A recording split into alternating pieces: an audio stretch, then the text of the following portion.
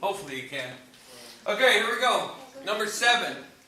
7's really super easy. Like, it couldn't be more easy. Alright? We're going to do an inequality. The inequality has to do with whether it's knowing that it's a right angle. If you know that there's a right triangle, that means there's a right angle, correct? Yeah. Now, what is that leg across the right angle? What do we call that?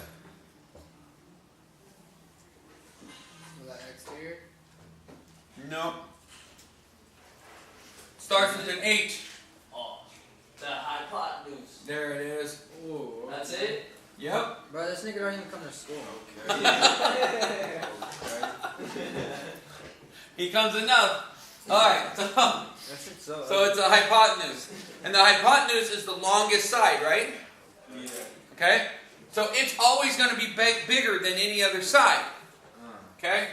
So what that means is this side is going to be bigger than this side. Does that make sense? Because this represents this side. Right? So we're going to say 5t minus 10 is going to be bigger, always bigger, not equal to, right? Always bigger than x plus 8. Okay? The other thing we know is that this side is also a right angle. If this side's right, because it's, 180 degrees, right? Yep. Okay? So then this is going to be called the hypotenuse also, right? Yep. Okay? So that means that 6y is going to be greater than what? X plus 8. X plus 8.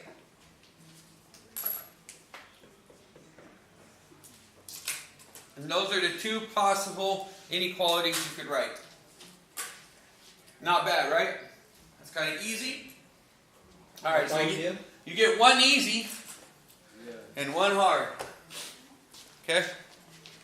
So, this next one, a little bit harder. We know that they are perpendicular. Okay? And what that means is that it's a right triangle. Okay? Or it's a right angle. Okay?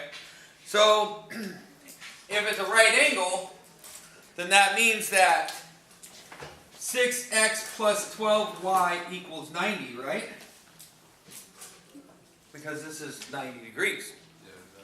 And 9x plus 8y is equal to 90. Correct? Yep. You have two variables, you need two equations. This is linear combination. Okay? So we showed it to you one time before, right? With that little parallel thing and the parallel ramp and all that, right? We had some fun with it. Took a whole period. This one, hopefully not so long. Alright, let's talk about this. What's going to be easier? Finding a number that 8 and 12 go into, or finding a number that 9 and 6 go into? 9 and 6. Answer's 3. Gee. I like where you're going, because 3 goes into 6 and 9, right? Yep. But I'm looking for a number that 9 and 6 both go into. Oh, shit. But the answer kind of still is 3, because what's 3 times 6? 18, 18. Is 18, does 9 go into 18? Yes. Alright, so then we can use 3, right, as 3 times 6. And we can also use what times 9 is 18? 2. 2. So we could use 2, right? But one of them has to be opposites. Do you want the top opposite or the bottom opposite? Which one? You choose. Bottom? Okay. Alright, here we go. Boom. That's 18x. Boom. 3 times 12. 36. 36y. Boom. 270. Okay. 270. Okay. Boom. Oh shit, I remember doing this. Negative 18x. Negative 18x. Boom. Negative 16. Negative 16y. Boom. Negative 180. Negative 180. Okay, add them up. These cancel, and I get 20y equals 90. Is that right? Okay, so basically, I divide by 20. So I get y is equal to 9 over 2, or 4 and a half. Is that correct? So that's what y is. Now I could plug it in and deal with halves, or I could just do it to the other side. I could get rid of the x's. So which one do you want to do? Do you want to deal with halves, like 4 and a half, and multiply 4 and a half? Or do you want to solve it by getting rid of the x's? It's up to you guys. Get rid of the x's? Yeah. A lot of people don't like fractions, right? So if you get a fraction, that's okay. All we have to do is put these same things out there. 6x plus 12y equals 90. Oops. And 9x plus 8y equals 90, right? And now instead of getting rid of the x's, we want to get rid of the y's. So what number does 12 go into and 8 go into?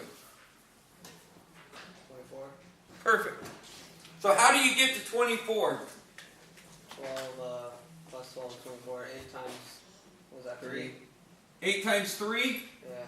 And what times 12? 2. 2. And which one do you want negative? Top or bottom? Top. Top? Okay. Alright, so that means negative 12x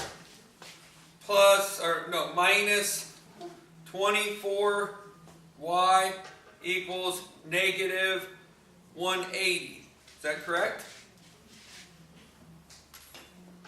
Yeah. We did that, and then we did that, correct?